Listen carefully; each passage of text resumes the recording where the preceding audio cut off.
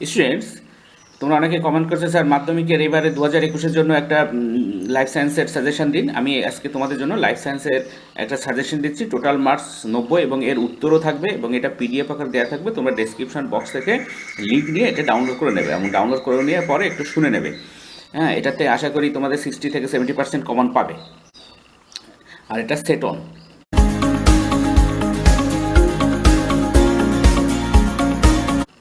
দেখো, বিভাগ ক, প্রতিটি প্রশ্নের সঠিক উত্তরটি নির্বাচন করে তার ক্রমিক সংখ্যাসহ বাক্যটি সম্পূর্ণ করে লেখো। 1 গুণ 15, তোমাদের 15টা করতে হবে। প্রথমে দেখো, প্রকরণ চলন দেখা যায় যে উদ্ভিদটিতে, সেটি হলো কলসপত্রী, লজ্জাপতি, বনচাড়াল, সূর্যমুখী। উত্তর হবে সি, বনচাড়াল। তারপর আইসিএসএইচ এর টার্গেট অঙ্গ হলো এ ডিম্বাশয়ের পিত্তগ্রন্থি, শুক্রাশয়ের লেডিগের আন্তর্কোষ, সি আড্রেনাল গ্রন্থির কর্টেক্স অঞ্চল, ডি ডিম্বাশয়ের গ্রাফিয়ান ফলিকল। উত্তর হবে বি, শুক্রাশয়ের লেডিগের আন্তর্কোষ। তারপর দেখো, মানব অক্ষিগোলকের কোন স্তরটি মেলানিন রঞ্জক সমৃদ্ধ? A choroid, B sclera, C retina, D cornea. উত্তর হবে এ করোয়েড। এরপরটা, উদ্ভিদের ট্রপিক চলন নিয়ন্ত্রিত হয় যে হরমোনটির দ্বারা, সেটি হলো A cytokinin, B auxin, C gibberellin, D vernalin. উত্তর হবে বি অক্সিন। এরপর নিচের কোনটি কবজা সন্ধি? এ হাঁটু সন্ধি, বি স্কন্দ সন্ধি, সি শ্রোণী সন্ধি, ডি কবজির অস্থি সন্ধি। উত্তর হবে এ হাঁটু সন্ধি। এবারে 1.6, মানুষের ডিম্বাণুতে উপস্থিত অটোজোমের সংখ্যা হলো এ 1টি, বি 1 জোড়া, সি 22টি, ডি 22 জোড়া। উত্তর হবে সি 22টি।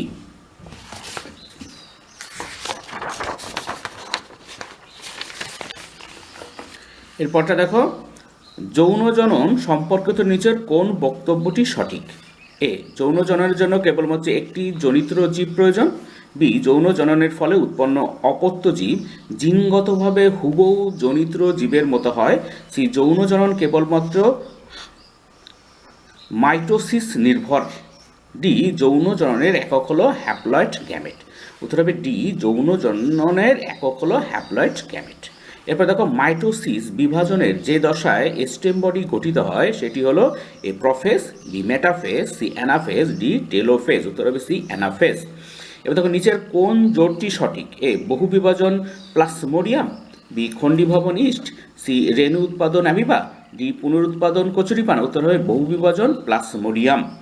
এবার দেখো, যৌন লক্ষণগুলি প্রকাশ পায় মানব বিকাশের যে দশায়, সেটি হলো এ বার্ধক্য দশা, বি বয়ঃসন্ধি দশা, সি শৈশব, ডি পরিণত দশা। উত্তর বি বয়ঃসন্ধি দশা।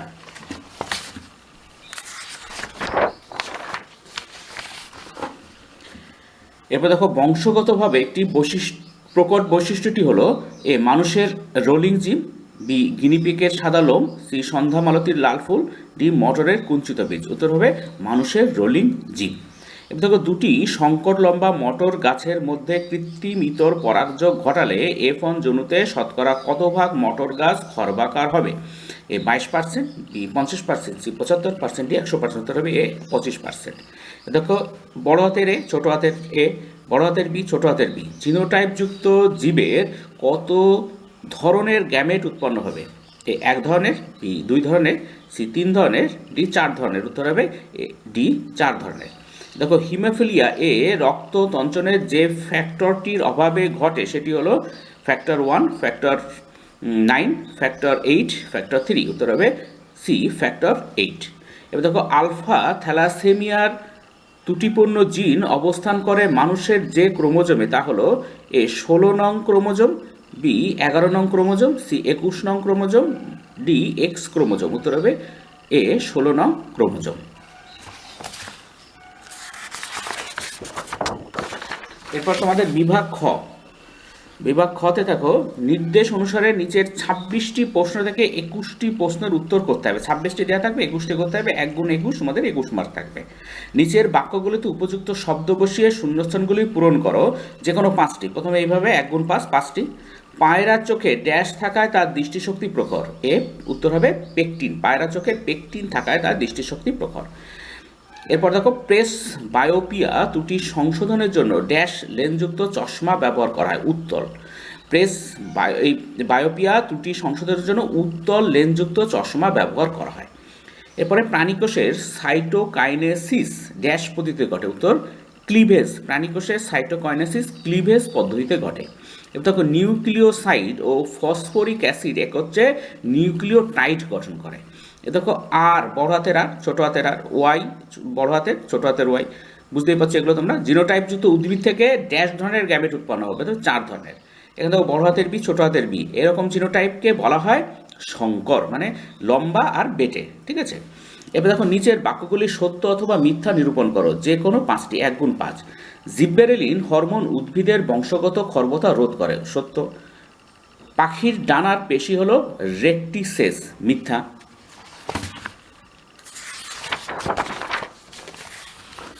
এবার দেখো উদ্ভিদ কোষের পরিধি থেকে কেন্দ্রের দিকে সাইটোকাইনেসিস ঘটে, মিথ্যা।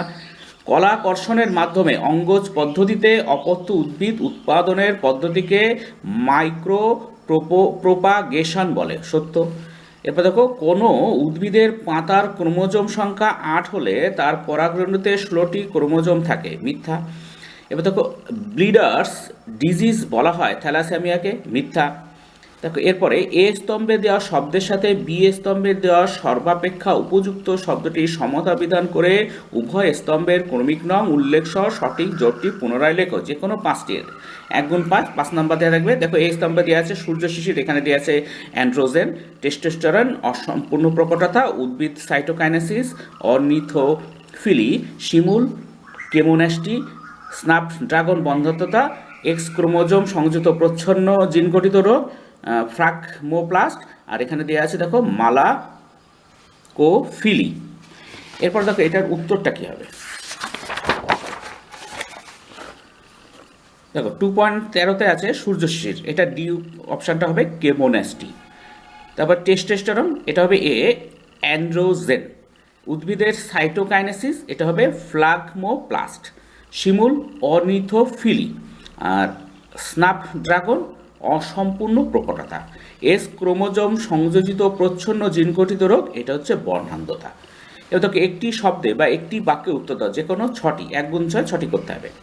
বিষদৃশ্যটি বেছে লেখো, প্রোল্যাক্টিন, ইস্ট্রোজেন, টেস্টোস্টেরন, এটা হবে টেস্টোস্টেরনটা বিষদৃশ্য।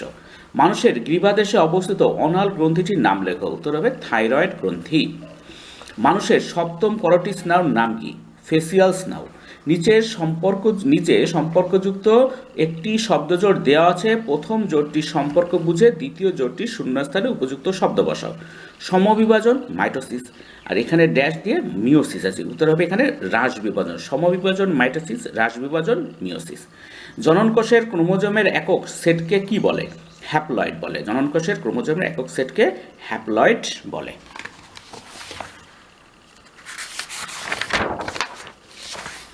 এরপরে দেখো অঙ্গজ জননকে অযৌন জনন বলা যায় কি, কারণ লেখো।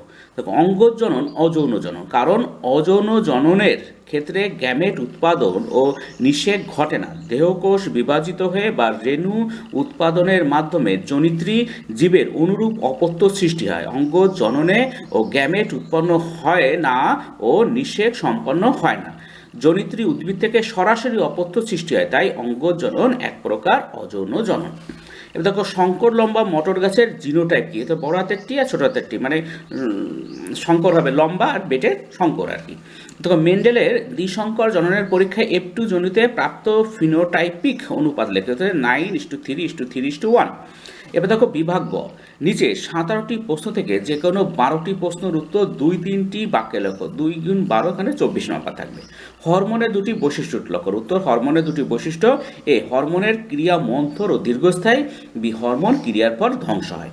এরপর দেখো পৃষ্ঠ পাখনা ও পুচ্ছ পাখনার কাজ লেখো। পৃষ্ঠ পাখনা মাছের দেহের স্থিত অবস্থা রক্ষা করে, আর পুচ্ছ পাখনা গমনের সময় দিক পরিবর্তনে সাহায্য করে।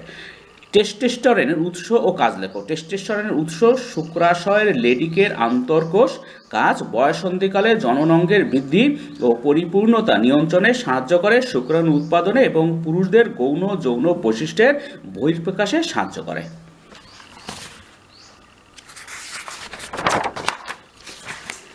এবার দেখো হরমোন ও উৎসেচকের দুটি বৈসাদৃশ্য লেখো। হরমোন ও উৎসেচক, রাসায়নিক হরমোন হচ্ছে রাসায়নিক সমন্বয়ক রূপে কাজ করে, আর উৎসেচক কোনো প্রকার সমন্বয়ক রূপে কাজ করে না। হরমোন ক্রিয়ার পর ধ্বংস হয়, উৎসেচক ক্রিয়ার পর তার কোনো প্রকার পরিবর্তন ঘটে না। এবার দেখো সুষুম্না শীর্ষকের দুটি কাজ লেখো। এ বিভিন্ন আন্তর্যন্ত্রীয় প্রতিবর্ত ক্রিয়া নিয়ন্ত্রণে সাহায্য করে। বি শ্বাসকেন্দ্র রূপে কাজ করে, শ্বাসক্রিয়া নিয়ন্ত্রণে সাহায্য করে। এরপর দেখো অন্ধবিন্দু কি? রেটিনা ও অপটিক স্নায়ুর সংযোগস্থলে কোনো আলোক সুবেদী কোষ থাকে না, তাই এই অংশে বস্তুর প্রতিবিম্ব গঠিত হয় না, তাই একে অন্ধবিন্দু বলে। দেখো অঙ্গজ জননের দুটি সুবিধা উল্লেখ করো। এ কম সময়ে বেশি পরিমাণ অপত্য উদ্ভিদ সৃষ্টি করা যায়। বি প্রজাতির বংশগত বিশুদ্ধতা বজায় থাকে।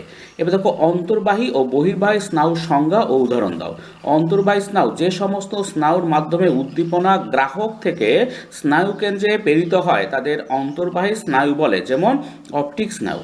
আবার বহির্বাহী স্নায়ু দেখো যে সমস্ত স্নায়ুর মাধ্যমে উদ্দীপনা স্নায়ুকেন্দ্র থেকে কারকে প্রেরিত হয় তাদের বহির্বাহী স্নায়ু বলে, উদাহরণ অকিওলোমোটর।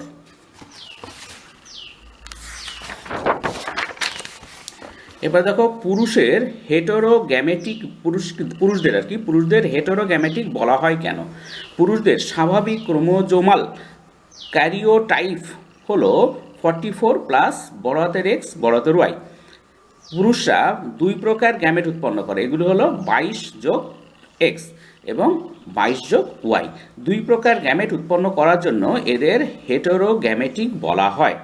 এবার দেখো নন জেনেটিক আরএনএ কয় প্রকার ও কী কী? নন জেনেটিক আরএনএ 3 প্রকার, এমআরএনএ যোগ আরএনএ ও আরআরএনএ, ছোট হাতের আরএনএ।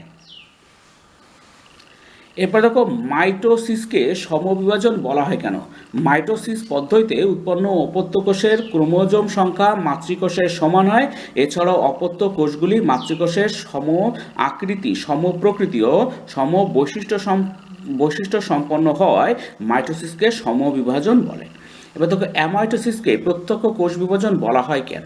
অ্যামাইটোসিস পদ্ধতিতে নিউক্লিয় পর্দার অবলুপ্তি বেম তন্তুর গঠন ছাড়ায় মাতৃকোষের নিউক্লিয়াস ও সাইটোপ্লাজম সরাসরি বিভাজিত হয়ে দুটি অপত্য কোষ উৎপন্ন করে, তাই অ্যামাইটোসিসকে প্রত্যক্ষ কোষ বিভাজন বলে। এবার দেখো মিওসিস ও অভিব্যক্তির মধ্যে সম্পর্ক ব্যাখ্যা করো। মিওসিস কোষ বিভাজনের প্রথম প্রোফেজের প্যাকাইটিন উপদশায় সমসংস্থ ক্রোমোজোমের নন সিস্টার ক্রোমাটিডের মধ্যে খণ্ডাংশের বিনিময়ের ফলে জিনের পুনর্বিন্যাস ঘটে ও নতুন বৈশিষ্ট্যের সূত্রপাত ঘটে। এর ফলে প্রজাতির মধ্যে ভেদ বা প্রকরণের সৃষ্টি হয় ও প্রজাতির অভিব্যক্তি ঘটে, অর্থাৎ মিওসিস পদ্ধতিতে ক্রসিং ওভার সম্পন্ন হওয়ার জন্য প্রজাতির অভিব্যক্তি সম্পন্ন হয়।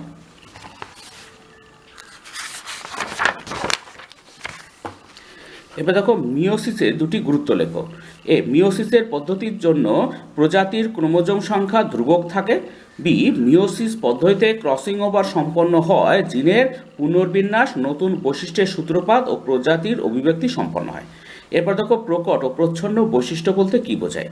দুটি বিশুদ্ধ বিপরীত চারিত্রিক বৈশিষ্ট্য সম্পন্ন জীবের মধ্যে সংকরায়ন ঘটানো হলে F1 জনুতে যে বৈশিষ্ট্যটি প্রকাশ পায় তাকে প্রকট বৈশিষ্ট্য বলে, এবং যে বৈশিষ্ট্যটি প্রকাশিত না হয়ে সুপ্ত অবস্থায় থাকে তাকে প্রচ্ছন্ন বৈশিষ্ট্য বলে। যেমন বিশুদ্ধ লম্বা ও বেটে মটর গাছের মধ্যে সংকরায়ন ঘটালে F1 জনুতে লম্বা বৈশিষ্ট্য প্রকাশ পায়, তাই লম্বা হলো মটর গাছের প্রকট বৈশিষ্ট্য। অন্যদিকে বেটে বৈশিষ্ট্য প্রকাশিত না হয় তা হলো প্রচ্ছন্ন বৈশিষ্ট্য। দেখো কিভাবে একটি কন্যা সন্তানের সৃষ্টি হয়। 22+X ক্রোমোজোমযুক্ত শুক্রাণু 22+X ক্রোমোজোমযুক্ত ডিম্বাণুকে নিষিক্ত করলে উৎপন্ন জাইগোটের ক্রোমোজোমাল ক্যারিওটাইপ হয় 44+XX, তাই জাইগোট থেকে একটি কন্যা সন্তান সৃষ্টি হয়। এটা মাতা আর পিতা। এখানে এটা তোমরা বুঝে নেবে যে এক্স, দেখো মাতার ক্ষেত্রে এক্স আর এক্স আছে আর পিতার ক্ষেত্রে এক্স আর ওয়াই আছে। এবার যখন এক্স থেকে দেখো মাতার থেকে এক্স পাচ্ছে আর পিতার থেকেও এক্স পাচ্ছে তখন হবে কন্যা সন্তান। আবার যখন মাতার থেকে এক্স পাচ্ছে আর পিতার থেকে ওয়াই হচ্ছে তখন হয়ে যাবে পুত্র সন্তান।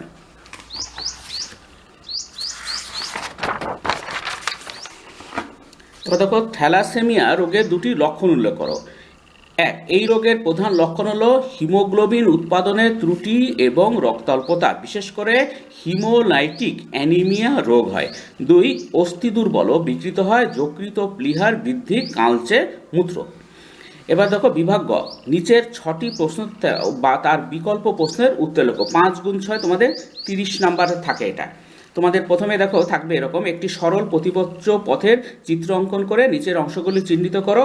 এ কারক, বি সংজ্ঞাবহ নিউরন, সি গ্রাহক, ডি স্নায়ুকেন্দ্র। 3 যোগ 2 এগুলো তোমরা বই থেকে করে নেবে এই আঁকা ছবিগুলো।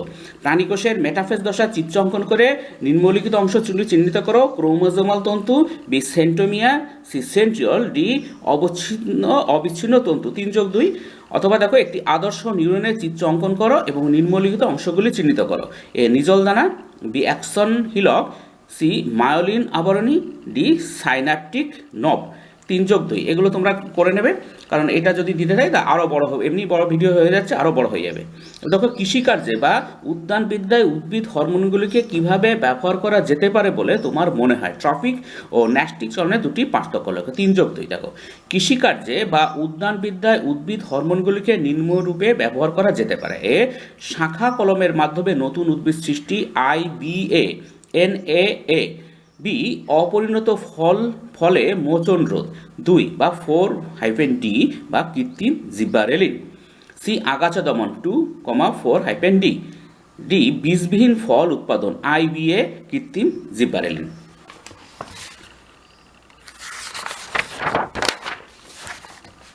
এবার দেখো ট্রপিক চলন আর ন্যাস্টিক চলন। 1, উদ্দীপকের গতিপথ দ্বারা নিয়ন্ত্রিত হয় ট্রপিক চলন, আর ন্যাস্টিক চলন উদ্দীপকের তীব্রতা দ্বারা নিয়ন্ত্রিত হয়। এবার দেখো ট্রপিক চলনে অক্সিন হরমোন দ্বারা নিয়ন্ত্রিত হয়, আর ন্যাস্টিক চলন অক্সিন হরমোন দ্বারা নিয়ন্ত্রিত হয় না।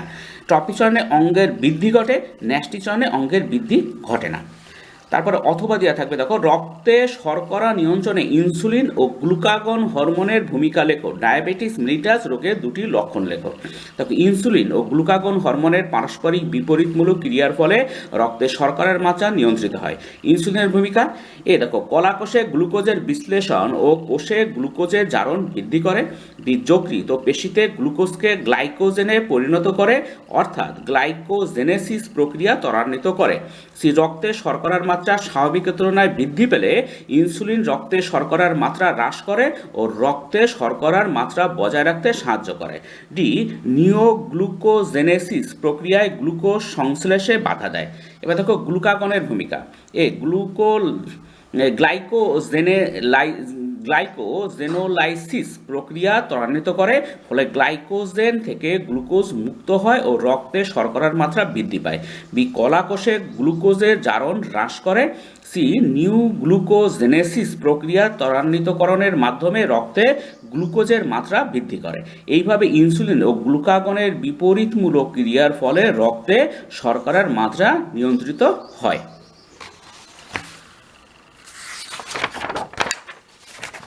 এরপর দেখো ডায়াবেটিস মেলিটাস রোগের লক্ষণ।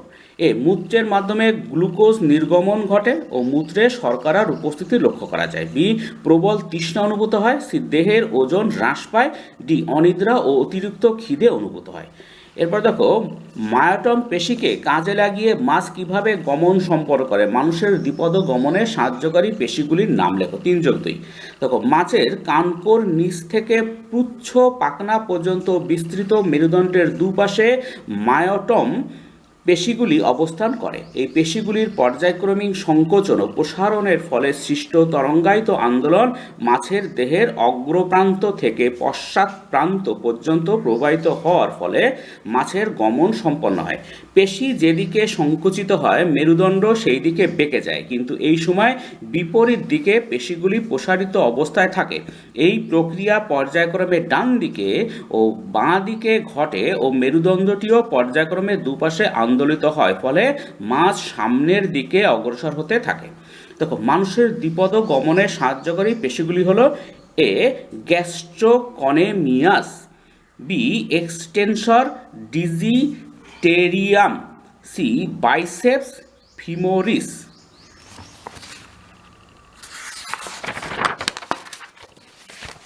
এবার দেখো সিএসএফ ও সুষুম্নাকাণ্ডের দুটি করে কাজ লেখো।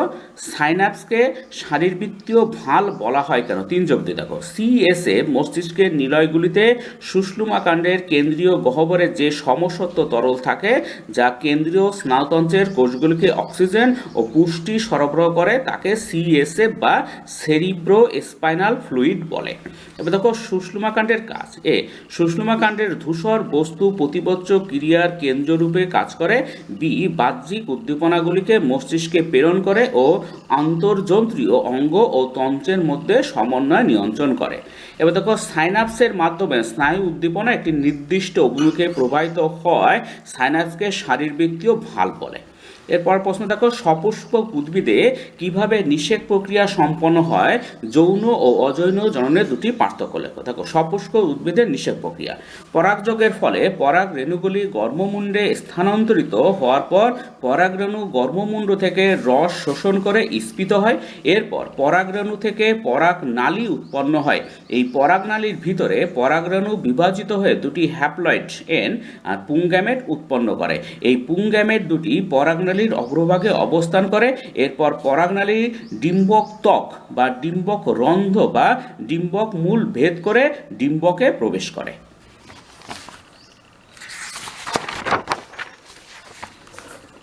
এরপর পরাগনালী ভ্রূণস্থলীর প্রাচীর ভেদ করে ভ্রূণস্থলীতে প্রবেশ করে ও পরাগনালীর অগ্রভাগ বিদীর্ণ হয়।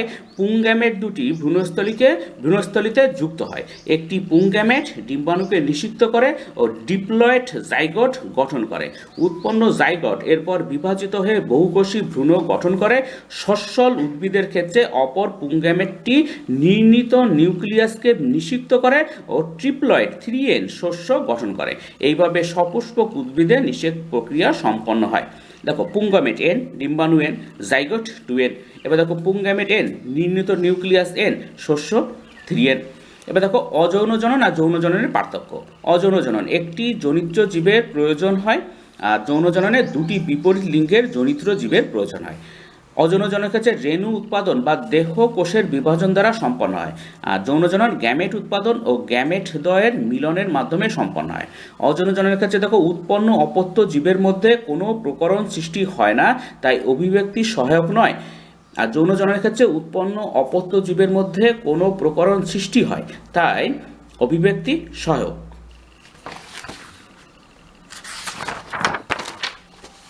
এরপরে দেখো ফান জাতীয় উদ্ভিদের জনুক্রম উপযুক্ত রেখাচিত্রের সাহায্যে বর্ণনা করো। জনুক্রম কিভাবে মিওসিস পদ্ধতির উপর নির্ভরশীল। এবার দেখো এইখানে তোমরা নিজেরা একটু ছবিটা আরো ভালো করে এঁকে নেবে। রেণুস্থলী 2N, এখানে রেণু মাতৃকোষ 2N, এখানে দেখো মিওসিস, ঠিক আছে। এখানে রেণু, এটা লিঙ্গধর দেহ, স্ত্রীধানী এন, এখানে ডিম্বাণু এন, নিষেক জাইগোট, এখান থেকে দেখো এই শুক্রাণু এন, পুংধানী। এইখানে এই ছবিটা তোমরা বইতে আরো সুন্দর আছে, তোমরা এখান থেকে একটু নিয়ে নেবে। ফানের জনুক্রমের রেখাচিত্র। এবার দেখো ফানের জনুক্রম লিখতে হবে কি সেটা দেখো। ফানের জীবনচক্রে সুস্পষ্ট জনুক্রম উপস্থিত। ফানে মূল উদ্ভিদদেহ রেণুধর এবং ডিপ্লয়েড 2N প্রকৃতির। রেণুধর উদ্ভিদে রেণুস্থলীতে রেণু বা স্পর সৃষ্টি হয়। ডিপ্লয়েড রেণু মাতৃকোষ 2N মিওসিস প্রক্রিয়ায় হ্যাপ্লয়েড রেণু উৎপন্ন করে। রেণু অঙ্কুরিত হয়। হ্যাপ্লয়েড লিঙ্গধর দেহ প্রোথালাস সৃষ্টি করে। লিঙ্গধর উদ্ভিদে পুংধানী ও স্ত্রীধানী উৎপন্ন হয়। পুংধানীতে শুক্রাণু এন এবং স্ত্রীধানীতে ডিম্বাণু এন সৃষ্টি হয়। নিষেকের ফলে শুক্রাণু ও ডিম্বাণুর মিলন ঘটলে ভ্রূণাণু 2N বা জাইগোট সৃষ্টি হয়। জাইগোট থেকে ভ্রূণ এবং ভ্রূণ থেকে রেণুধর দেহ 2N উৎপন্ন হয়।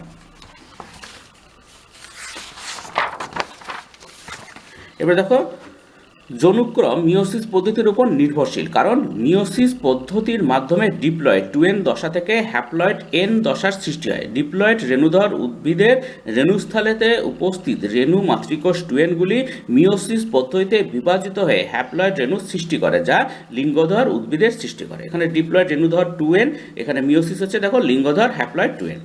এরপরে প্রশ্ন দেখো বয়স সন্ধিকালে দুটি লক্ষণ উল্লেখ করো। বৃদ্ধির দশাগুলির নাম লেখো। 3+2 আর কি। বয়ঃসন্ধিকালের বৈশিষ্ট্য: এ, জনন অঙ্গের বৃদ্ধি ও যৌন জননের বহিঃপ্রকাশ ঘটে। বি, যৌন হরমোনের ক্রিয়া বৃদ্ধি পায় এবং পুরুষ ও স্ত্রী প্রজননক্ষম হয়ে ওঠে। বৃদ্ধির দশা দেখো: এ, কোষ বিভাজন দশা। বি, কোষের আকার ও আয়তন বৃদ্ধি দশা। সি, কোষীয় বিভেদন দশা। এবারে মানব বিকাশের বিভিন্ন দশা: এ, সদ্যজাত। বি, শৈশব। সি, বয়ঃসন্ধি। ডি, পরিণত দশা। ই, বার্ধক্য দশা।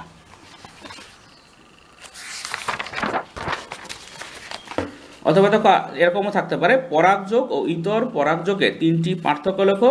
স্বপরাগযোগের জন্য ফুলের দুটি অভিযোজন উল্লেখ করো। 3 যোগ 2, দেখো স্বপরাগযোগ আর ইতর পরাগযোগ।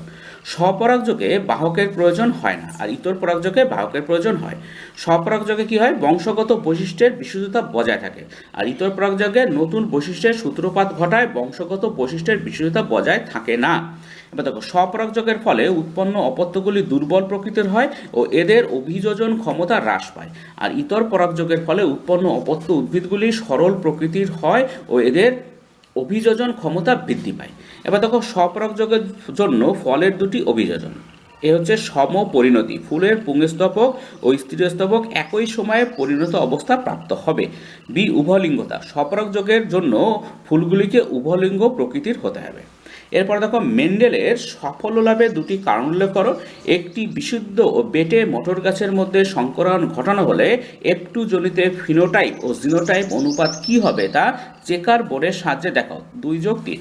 তো মেন্ডেলের সাফল্য লাভের কারণ: এ, মেন্ডেল মটর গাছের 7 জোড়া বৈশিষ্ট্যের মধ্যে একসঙ্গে 1 বা 2 জোড়া বৈশিষ্ট্য নিয়ে পরীক্ষা করেছিলেন এবং পরীক্ষালব্ধ ফলাফলকে সহজেই বিশ্লেষণ করতে সক্ষম হয়েছিলেন।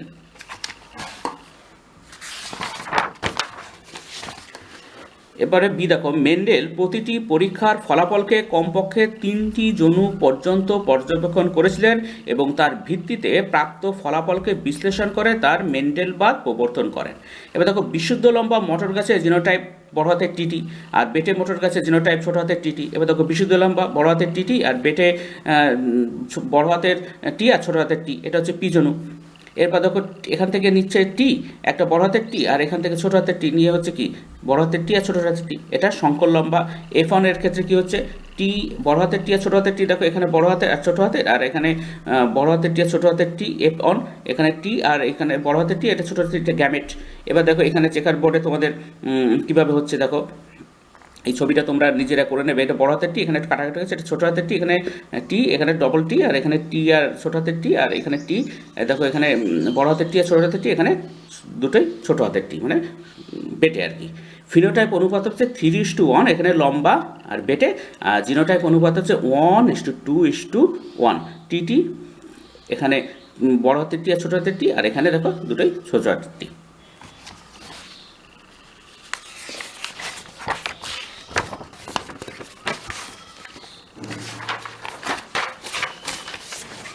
এরপর দেখো আর একটা প্রশ্ন, ভিডিওটা একটু বড় হলো, তোমরা এই জন্য আমি আর তো বোঝাতে গেলাম না, তোমরা এবার একটু নিজেরা করে নেবে। দেখো অথবা দিয়ে আরেকটা থাকতে পারে, থ্যালাসেমিয়া দূরীকরণে কী কী ব্যবস্থা গ্রহণ করা উচিত বলে তোমার মনে হয়? একজন বাহক মহিলা ও হিউম্যাফিলি আক্রান্ত পুরুষের মধ্যে বিবাহ সম্পন্ন হলে তাদের সন্তানদের প্রকৃতি কী হবে? 2যোগ 3, দেখো থ্যালাসেমিয়া দূরীকরণের নিম্নলিখিত ব্যবস্থা গ্রহণ করা উচিত। এ, 2 জন বাহকের মধ্যে বিবাহ সম্পন্ন করা উচিত নয়, কারণ পুরুষ ও স্ত্রী উভয় থ্যালাসেমিয়ার বাহক হলে তাদের সন্তানদের মধ্যে শতকরা 25 থ্যালাসেমিয়া আক্রান্ত হবে, তাই বাহক পুরুষ ও বাহক স্ত্রীর মধ্যে বিবাহ সম্পন্ন করা চলবে না। দিয়েছে জেনেটিক কাউন্সিলের এর পরামর্শ মতো চলতে হবে। সি, বিবাহের পূর্বে পুরুষ ও স্ত্রীর রক্ত পরীক্ষা দ্বারা তারা থ্যালাসেমিয়ার বাহক কিনা তা শনাক্ত করা প্রয়োজন। ডি, জনসাধারণকে সচেতন করতে হবে ও জিনগত রোগ সম্পর্কে জানাতে হবে। এবার দেখো বাহক মহিলা আর হিমোফিলি আক্রান্ত পুরুষ, এখানে এটা তোমরা নিজেরা করে নেবে। এক্স দেখো এইচ আর ছোট এক্স ছোট হাতের এইচ, এখানে এক্স ছোট হাতের এইচ আর বড় হাতের ওয়াই, এখান থেকে দেখো কীভাবে আসছে তোমরা একটু নিজেরা করে নেবে। এখানে দেখো সন্তানদের প্রকৃতি কী হবে? পুত্রদের মধ্যে হবে 50% স্বাভাবিক আর 50% আক্রান্ত, আর কন্যাদের মধ্যে 50% বাহক ও 50% আক্রান্ত। স্টুডেন্টস এর থেকে বেশি পড়ায়, এটা পুরো হলো, তোমরা এটা একটু ভিডিওগুলো একটু শুনে এটা ডাউনলোড করে নিয়ে শুনে নেবে, তাহলে তোমাদের আশা করি অসুবিধা হবে না। এর থেকে ভালোই তোমরা কমন হবে। এটা 2021-এর জন্য তোমাদের একটা দিলাম, আস্তে আস্তে অন্য সাবজেক্টেও আমরা দিয়ে দেবো। তোমরা অবশ্যই দেখতে থাকো ডিবি কোচিংয়ের এইগুলো, আর আমরা দেখবে বিভিন্ন পড়াগুলো পড়িয়ে দিয়েছি, সেগুলো দেখবে, তাহলে তোমাদের অনেক সুবিধা হবে। আজকে পর্যন্ত, পরে ভিডিও দেখা হবে। Thank you very much for watching.